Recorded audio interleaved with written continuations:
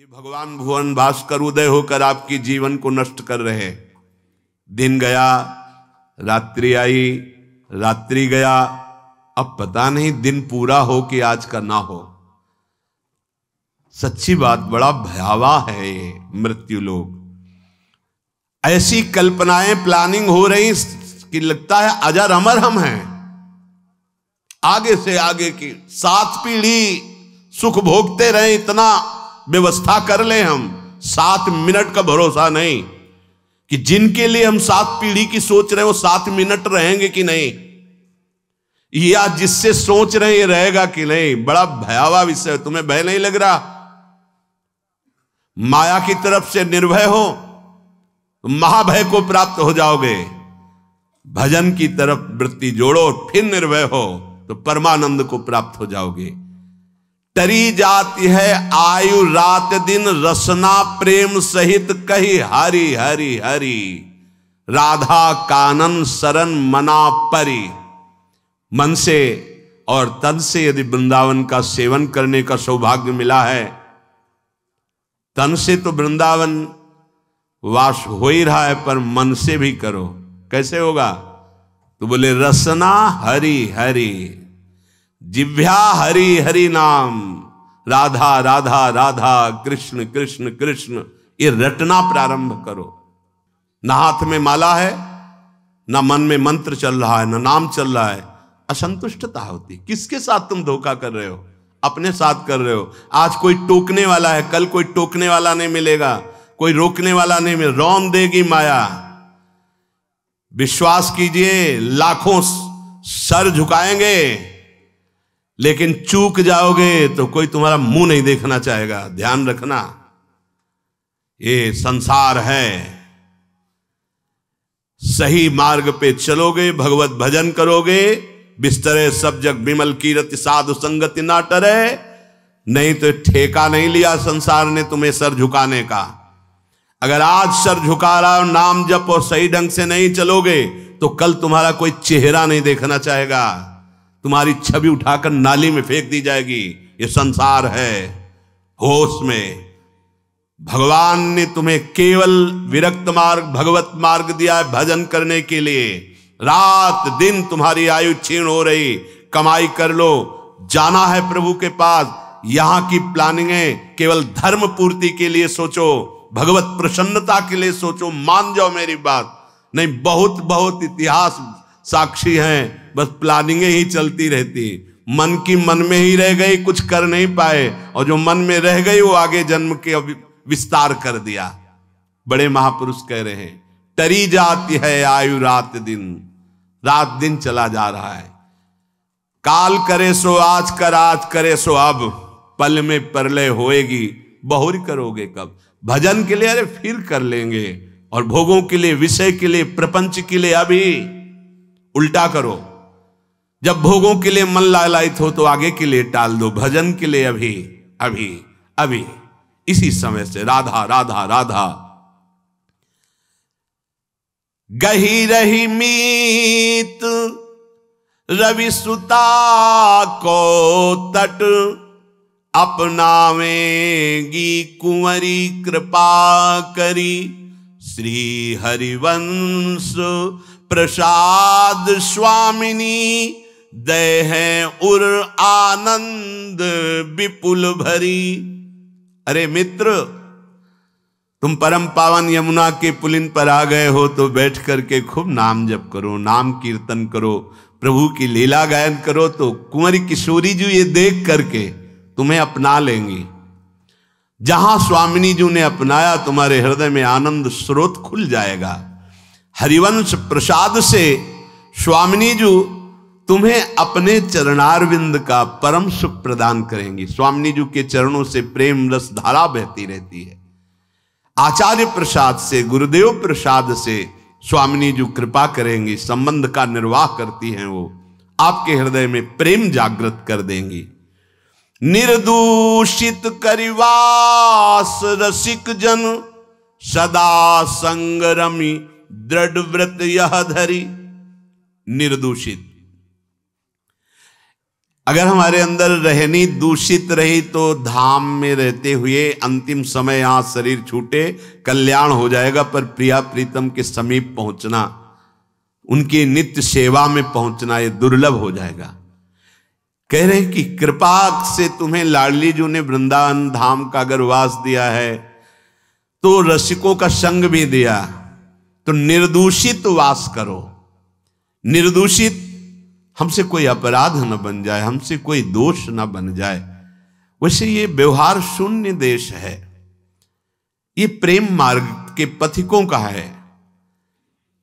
यहां केवल प्रिया प्रीतम की प्राप्ति का लक्ष्य लेके आया जाता है, यहां केवल प्रिया प्रीतम की प्राप्ति का ही साधन किया जाता है, यहां केवल प्रिया प्रीतम अपने मानने वालों का ये देश है, अन्य कोई वृत्ति ही नहीं।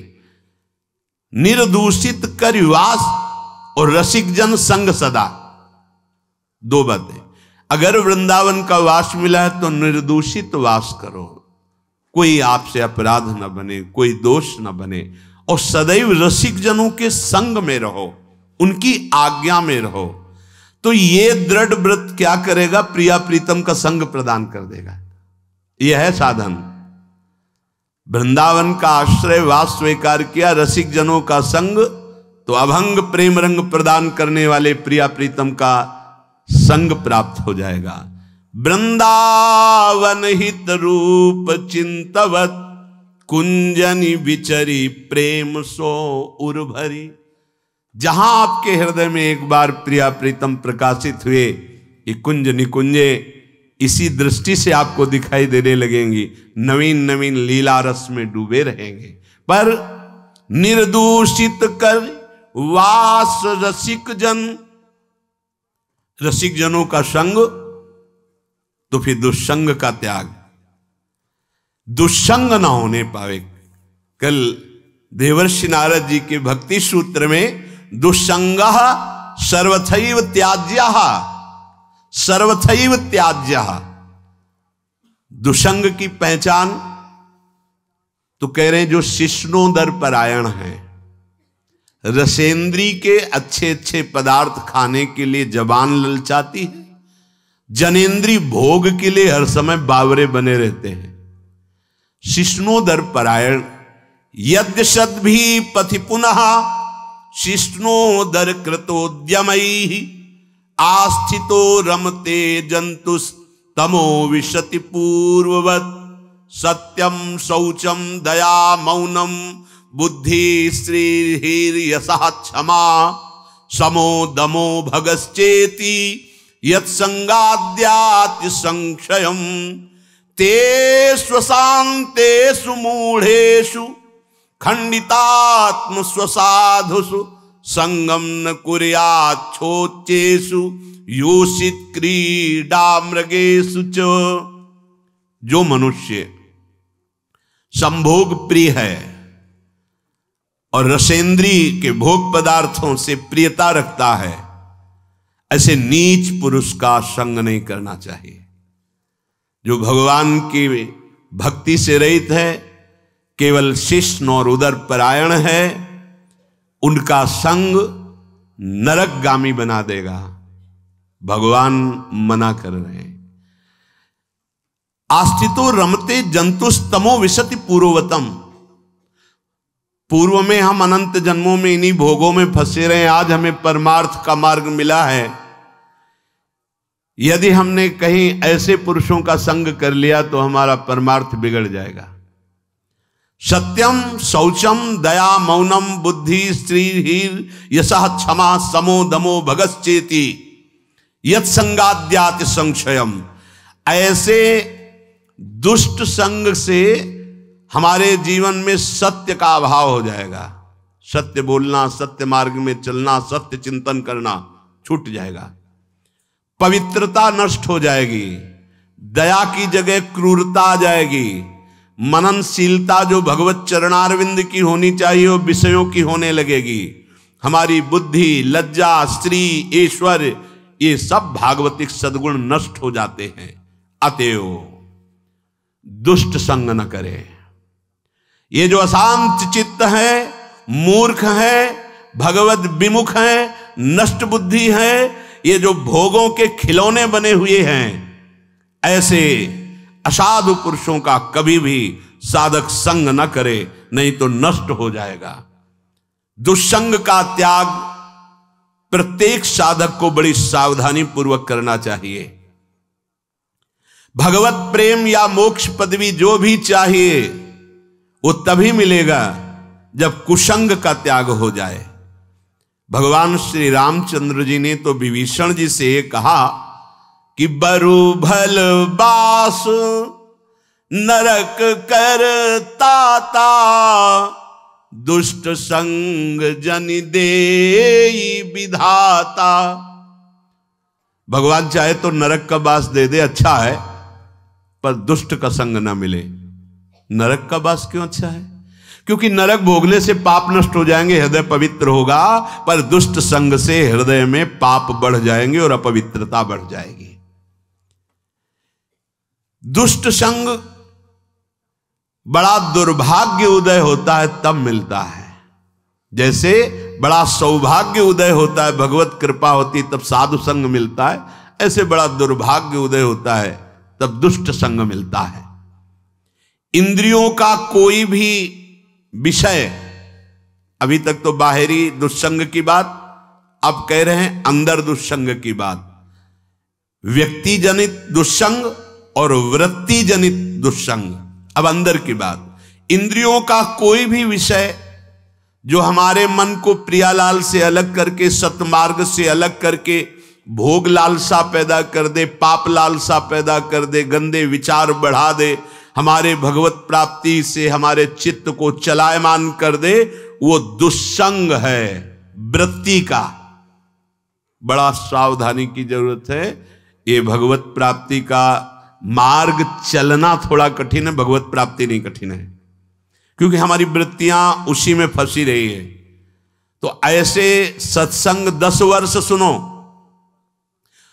और हमें लगता है कि अगर सही दुस्संग हो जाए तो 10 दिन में पूरा 10 वर्ष का चैप्टर बदल देगा। तो 10 वर्ष का सत्संग काम उतना नहीं किया, क्योंकि 10,000 जन्मों से हम दुस्संग में ही रहे हैं। तो जहां दुस्संग मिला तो मन राजी हो जाता है, यार बहुत जल चुके, 10 वर्ष हो गए। भगवत प्राप्ति के मार्ग से हमारे चित्त को चलायमान कर देने वाला दुस्संग हमारे पास भेजा जाएगा। बात समझना, माया ऐसे पार्षदों को भेजेगी। बहुत सावधान। अपने जीवन को केवल इसीलिए प्रारंभ हुआ था, प्रियालाल के लिए ही हमारा जीवन। हमें हर्षित नहीं होना किसी भी पद, व्यक्ति, वस्तु, स्थान में। अगर हर्षित हो गए तो मन फिर प्रियालाल में लगना बड़ा कठिन हो जाएगा। ये बालू का बांध है, एक बार फूटा तो दोबारा बनाना बड़ा मुश्किल है। सावधान।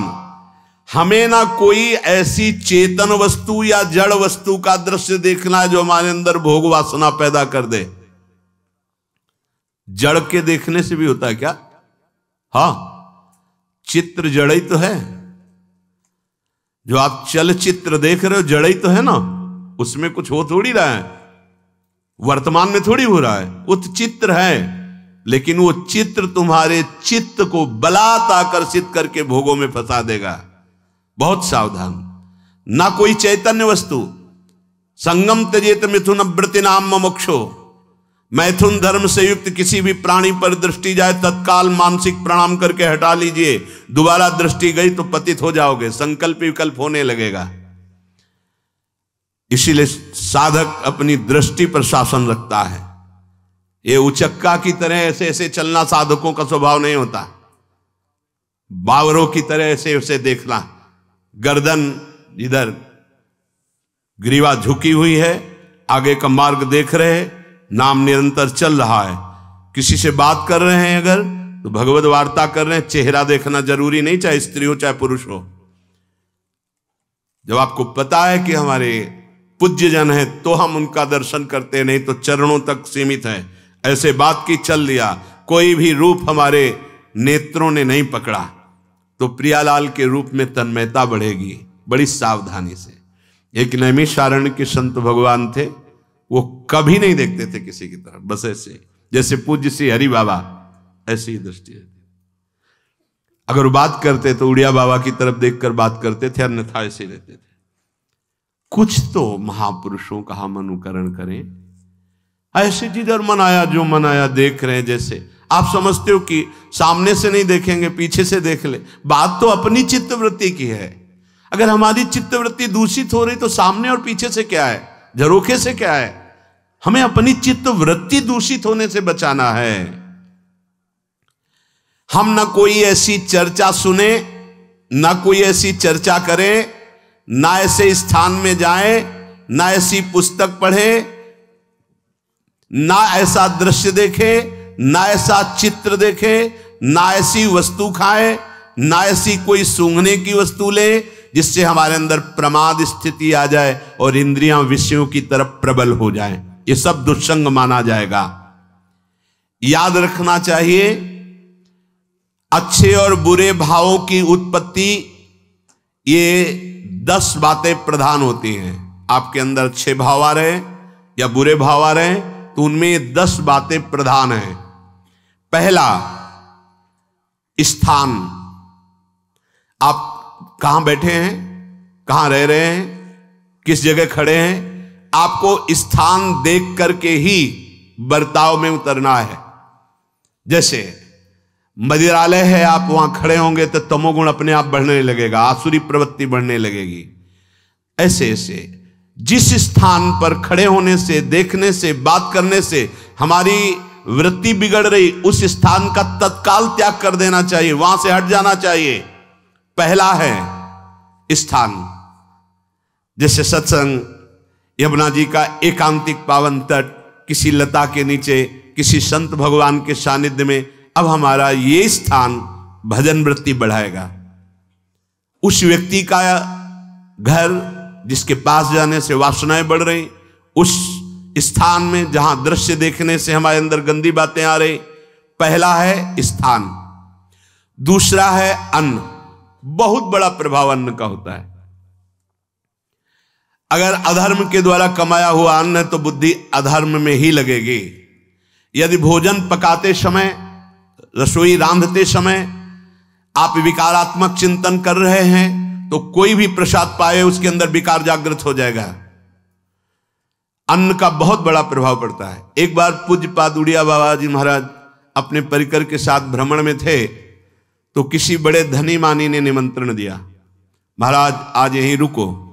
तो बाबा ने कहा हम लोग गांव के अंदर नहीं रुकते। तो बाहर कोई वृक्षों का समुदाय, जंगल जैसा, तो उसमें वहां रुके, पर भोजन उनकी तरफ से, भोजन सबने पाया। जब सुबह हुआ तो महात्मा जन, साधक जन एक दूसरे की तरफ देखे और बोले आज तो हमको बड़ा दोष हुआ, गंदा स्वप्न आया और हमारा संयम बिगड़ गया। बोले ये तो हमको भी हुआ, जितने थे सबको हुआ। उड़िया बाबा के समीप गए। बाबा ने कहा अच्छा ऐसा हुआ, ये तो अन्न दोष है, बुलाओ सन्न पवाने वाले को, फिर चलेंगे। बुलाया और बाबा ने कहा बिल्कुल सत्य बोलना, नहीं तो आप जानते हो इतने महात्माओं के संयम को आपने भ्रष्ट कर दिया, सत्य बोलना क्या बात थी। तो उनका महाराज संतान नहीं हो रही थी, सुना था आप बहुत सिद्ध महापुरुष हैं तो आपके परिकर को इसीलिए पवाया। अंदर काम भाव था कि हमारे कामना थी कि संतान उत्पन्न हो, वैसे ही चिंतन करते हुए बनाया ऐसे। बोले सबका संयम नष्ट कर दिया। होश में, नरक जाने वाली बात मत सोचो। अरे संतों को पवाओ जैसे अपने पुत्र को पवाते हैं, ऐसी भावना करनी चाहिए। आज हो भाग्य तो परिणाम खुद मंगल में निकलेगा। काम भाव से युक्त होकर क्यों बनाया, सब संतों के अंदर विकार पैदा कर दिया।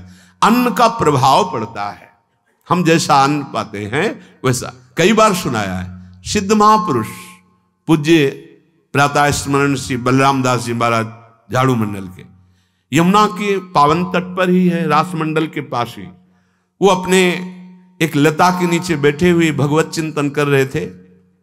अचानक यमुना जिस नजदीक है तो कोई माई स्नान किए हुए निकली तो नेत्रों ने देखा और विकार उत्पन्न हो गया। वयोवृद्ध सिद्ध महापुरुष, उन्होंने कहा आप तो इस शरीर को नष्ट कर दूंगा। शिष्यों ने कहा महाराज ऐसा क्यों? बोले किसी माता के शरीर को देखकर हमारे अंदर विकार क्यों आ गया? ऐसा नहीं, आज तक कभी नहीं हुआ, ऐसा क्यों हुआ? उनका महाराज आपस में सब शिष्यों ने कि कुछ ना कुछ तो खान पान में गड़बड़ी हो गई, तभी ऐसा हुआ। बाबा आज परिक्रमा करते हैं वृंदावन की, बाद में आप जो आदेश करेंगे जैसा करेंगे, पहले परिक्रमा। वृंदावन की परिक्रमा का बहुत बड़ा प्रभाव, जब कभी मन आपका ऐसा विक्षिप्त हो, परेशान हो, तत्काल परिक्रमा प्रारंभ कर देना नाम जप करते हुए। आप देखना परिक्रमा पूरी होते होते शांति हो जाएगी। बाबा ने खूब नाम कीर्तन करते हुए शिष्यों के साथ परिक्रमा दी, मन का विकार शांत हो गया। उनका ऐसा कैसे हो सकता है कि हमारे अंदर विकार आ गया? ये बड़ी सूक्ष्मता का विषय है। कल प्रसाद कहां से आया था? तो उस समय लाडले गोविंद देव जी महाराज यहीं विराजमान थे वृंदावन में। बोले तो ठाकुर गोविंद देव जी का प्रसाद आया था।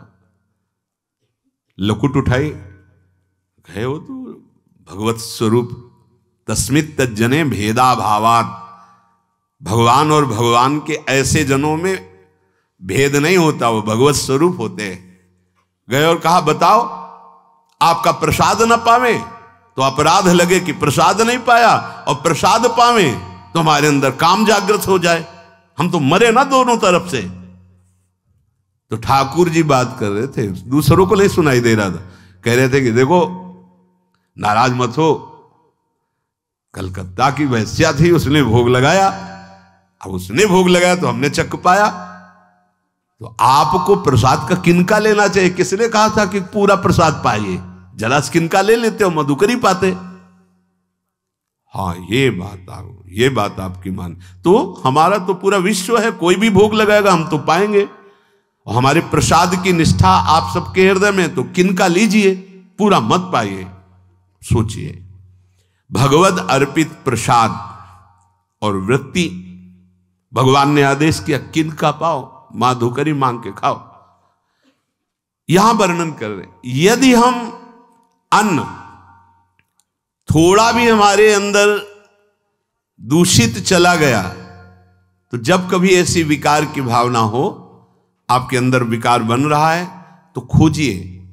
आपने कोई दृश्य देखा है, आपने किसी से बात की है, आपने कोई ऐसा संकल्प बनाया, नहीं, तो फिर भोजन दोष आ गया।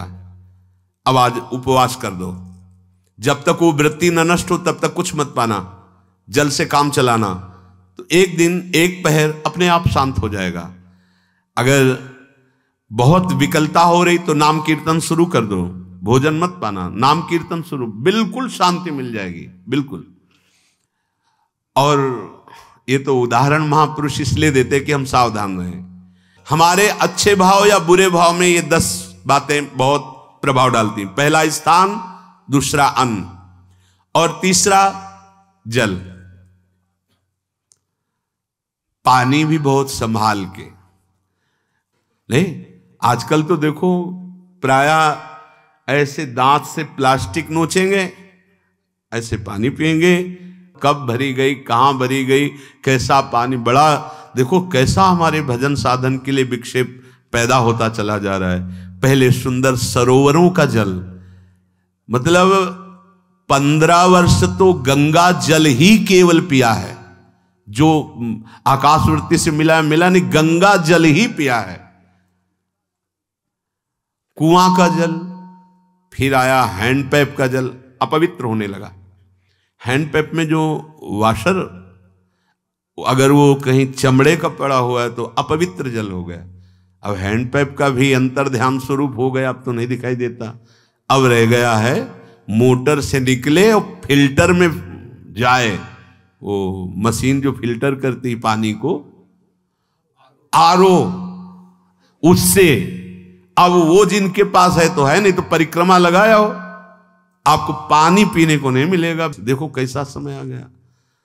भोजन, पहले कोई दगाबाजी भोजन में तो नहीं करता था। गांव में जब जिसके यहां दूध बेचा जाता था ना, उसको बहुत लघु दृष्टि से देखा है, गाय माए एक बराबर होती है, ये दूध बेचता है। 10-5 किलो मठा तो आप ऐसे मांग के ले सकते थे, अगर अड़ोस पड़ोस में वो मठा मिल जाएगा। जब कोई उत्सव होता, फ्री दूध 100-200 500 किलो पूरे गांव के सब दे देते, कोई ऐसे बेचता था। अब दूध नहीं, जब बूढ़े लोग बैठते थे कहते थे पानी बिकेगा आगे चल के। आज पानी बिक रहा है, नहीं बिक रहा, पानी बिक रहा है। हमें लगता है सबको ही पैसे से ही पानी है, वो बोतलें नीली नीली नहीं, इतनी बड़ी बड़ी बिकती, उन्हीं से पानी पिया जा रहा है। आगे और समय जल का प्रभाव पड़ता है। जैसे हम गंगा जल पीते थे, सही कहते हैं, कई कई दिन जब भोजन नहीं मिलता तो पूरी पौष्टिकता गंगा जल से मिलती थी। गंगा माता के जल से ऐसा लगता था मानो हम परम पावन अमृत पान कर रहे हैं, सारी पौष्टिकता मिलती थी। कुएं का जल अपने आप में पौष्टिकता से युक्त होता है, जो हमें चाहिए। आज देखो जल की समस्या हो गई, पवित्र जल पीने के लिए हम तरस रहे हैं। कहाँ हो जल, और कैसे मिलेगा जल? या तो आप पैसे वाले हो तो आप खरीद करके पीजिए, नहीं तो अब वो जल नहीं रह गया कि कुएं से निकाला पी लिया या सरोवर से पी लिया, या कैसा दुर्भाग्य है। जल का बहुत बड़ा योग है साधना में। जैसे स्थान का तो परम पावन वृंदावन धाम, अन्न का तो अब हम भगवत प्रसाद पाते हैं, तो जल का बहुत बड़ा योग है। आज दूषित होता चला जा रहा है, क्योंकि अब हाथ की बात नहीं रह गई है कि आप सुंदर कुआं से जल लें या सरोवर से जल लें या आप नदी से जल लें। हाँ, स्वामी जी के लिए लिखा हुआ है कि रोज यमुना स्नान और रोज यमुना जल ही पान। हमारे वृंदावन के समस्त भगवत स्वरूपों का स्नान यमुना जल से ही होता था, हो रहा है और होता ही रहेगा। बिहारी जी के लिए आज भी कलश में भरकर यमुना जल ही जाता है। तो कपड़ा से ऐसे ढक के जब हम 2 बजे परिक्रमा देते थे तो एक महाभागवत है, वो किसी को छूते नहीं, दूर से कहते छूना मत, बिहारी जी के लिए जल जा रहा है स्नान के लिए बिहारी जी का।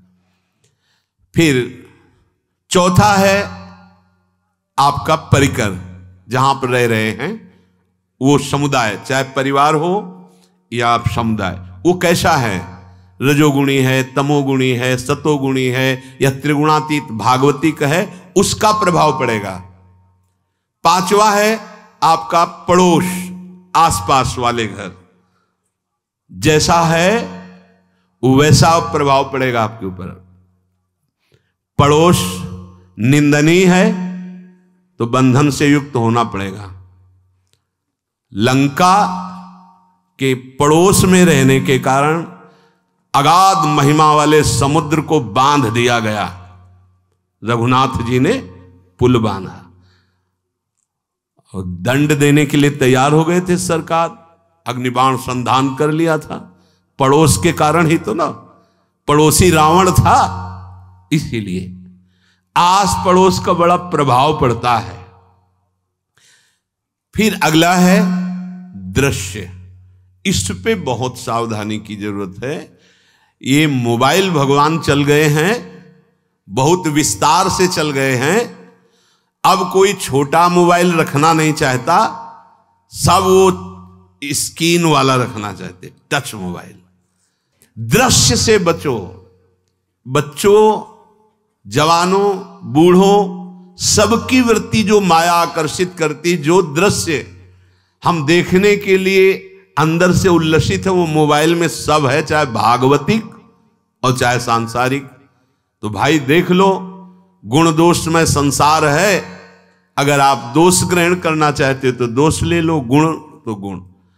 बहुत बहुत खतरनाक विषय है और बहुत लाभदायक विषय है। किसी संत की वाणी एक बार समझ में नहीं आई, अगर हम 10 बार सुने तो समझ में आ जाएगी, ये लाभदायक है। कभी कोई किसी से बात करनी, पहले जाए तो पोस्ट कार्ड चलते थे, एक कार्ड, वो 15 पैसे का इतना बड़ा वाला आता था, 25 पैसे का बंद वाला लिफाफे में आता था, नीले नीले कागज का 15 पैसे वाला कार्ड, उसमें चिट्ठी जाती थी महीनों में। कभी यहां 1 मिनट में अमेरिका से बात कर लो, कितनी बढ़िया बात हो गई। उसका दुरुपयोग ना करो। अब हमारी इतनी चंचल वृत्ति है कि दुरुपयोग करने के लिए उत्साह बढ़ जाता है। बोले अब सब काम हो गया है, अब एकांत सेवन कर रहे हैं, अंदर से सिटकिनी बंद और मोबाइल भगवान का संग शुरू। 2-4 मिनट सत्संग और अच्छे दृश्य देखे, फिर बगले में वहां सब होता है कि आप बस उसको ऑन कीजिए, फिर जो मनोरंजन शुरू होता है, फिर उपासक मिटिया मेट हो जाता है। ये बहुत सावधानी की बात कह रहे हैं। वैसे हमें लगता है यदि आपको इस बड़े कार्य वाले ना हो तो छोटा मोबाइल रखे तो अच्छा रहता है। तो इसलिए ये एक ऐसा कलयुग भगवान ने रचा है कि बचा पाना बड़ा मुश्किल है। इससे वृत्ति को बचाओ, जो बचा ले गया वो आगे साधना कर सकता है। बहुत सावधान बच्चों, हमें लगता है यदि आपका मन चंचल हो, आपके शासन में ना हो, तो स्क्रीन वाला मोबाइल अपने माता पिता को दे देना चाहिए। और हम कहते रखो, छोटा वाला रखो, कभी कोई आपत्ति विपत्ति या सूचना देनी हो, बढ़िया काम करता है। जरूरी नहीं है इतना बड़ा लेके चलना। हाँ, अगर आपको बहुत राजकीय विभाग के कार्य हैं तो बात अलग है कि कौन सी सामान कहाँ कैसे, तो वहां से वीडियो भेज रहा है, वो चेक कर रहा है, यस हाँ ठीक है अब चलाओ। अपने को क्या काम है? सत्संग अगर सुनना है तो सत्संग सुनने के अलग यंत्र आते हैं, चला दो उसमें। वो इतनी बड़ी लगती है उसमें चिप, पेन ड्राइव ऐसे लगा दो और सत्संग सुनो। जरूरी वो दृश्य वाला रखो। यहां कह रहे दृश्य, अगर गलत दृश्य देखा तो बावरे बन जाओगे और अच्छा दृश्य देखा तो भगवान के मार्ग के पथिक बनोगे। तो देखो, अच्छे दृश्य में भी दोष दर्शन की वृत्ति की गुंजाइश है। जैसे कोई लीला हो रही है, लीला के पात्र, जैसे हमारे ब्रजमंडल में रास लीला होती थी, ऐसे 12 वर्ष 13 वर्ष के लीला पात्र, सब नव किशोर, जहां भाव ही बने रोते रहो। अब वहां बड़े बड़े लीला पात्र हैं, अगर हमारी भावना शासन में नहीं है तो वहां हम अंग प्रत्यंग के दर्शन से हमारी हाव भाव वहां जो हो रहा है उससे हमारी वृत्तियां बिगड़ जाएं। जब छोटे छोटे लाडली लाल परस्पर खेलते हैं तो केवल आशीर्वाद देने को, रोने का मन होता है। अगर आप लीला भी देख रहे हैं तो बहुत सावधानी की जरूरत है, क्योंकि वो चिदानंद शरीर नहीं है, पांच भौतिक शरीरों, हमारी दृष्टि पंचभूत में लगी हुई है। नाम जप करो, लीला गायन करो, फिर देखो जो लीला है, यही जीवन का परम सुख मिलेगा। सच्ची मान लीजिए। बस हम बार बार ये कहते हैं मोबाइल का सदुपयोग कीजिए, दुरुपयोग नहीं। मोबाइल बुरा नहीं, उसका प्रयोग बुरा है। दृश्य और साहित्य, वैसे ही मनोवृत्तियां फिसलने वाली हैं, और जब ये आ गया कि फिसलाने में कितना लाभ है तो ऐसा कोई साहित्य और आलोचना, ऐसी कोई वार्ता न करे जिससे हमारे अंदर गंदे भाव आवे। यदि अच्छी चर्चा करते हैं तो अच्छे भाव आते हैं। देखो अभी ऐसी कोई भावुक चर्चा होने लगे तो सबका हृदय द्रवित हो जाएगा, और गंदी चर्चा हो तो हमारा हृदय विकार युक्त हो जाएगा। और कार्य, आप जो कार्य करते हैं उसका प्रभाव आपके मन के ऊपर पड़ता है। और उपासना, आप उपासना भोगों की करते हैं या योग की करते हैं? ये 10 से भाव बनते हैं और 10 से भाव बिगड़ते हैं। स्थान, अन्न, जल, परिवार, अड़ोस पड़ोस, दृश्य, साहित्य, आलोचना, आजीविका का कार्य और उपासना। यदि ये भागवतिक हुए तो आपके अंदर भगवत भाव बढ़ेगा, और यदि ये रजोगुणी तमोगुणी हुए तो आपके अंदर आसुरी भाव बढ़ेगा।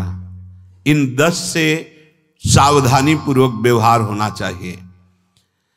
जैसे आस पड़ोस में है तो बड़ी सुविधा है, यहां कोई किसी से मतलब नहीं रखता, बगल वाला कौन रह रहा किसी से मतलब, ये बढ़िया है। ज्यादातर गांव में होता है, अपने यहां ये अच्छा है कि जैसे आप अपने कमरे में गए, किसी से कोई मतलब नहीं है, वैसे ऐसा ही जीवन रखना चाहिए। अड़ोस पर ये ज्यादा जो व्यवहार मित्रता बढ़ाने वाला विषय, ये धाम में नहीं है, वृंदावन में ऐसा नहीं व्यवहार रखना चाहिए। आपके पड़ोस में कौन रख रहा है आपका परिचय नहीं होना चाहिए, कौन कौन रह रहा है आपकी जानकारी नहीं होनी चाहिए।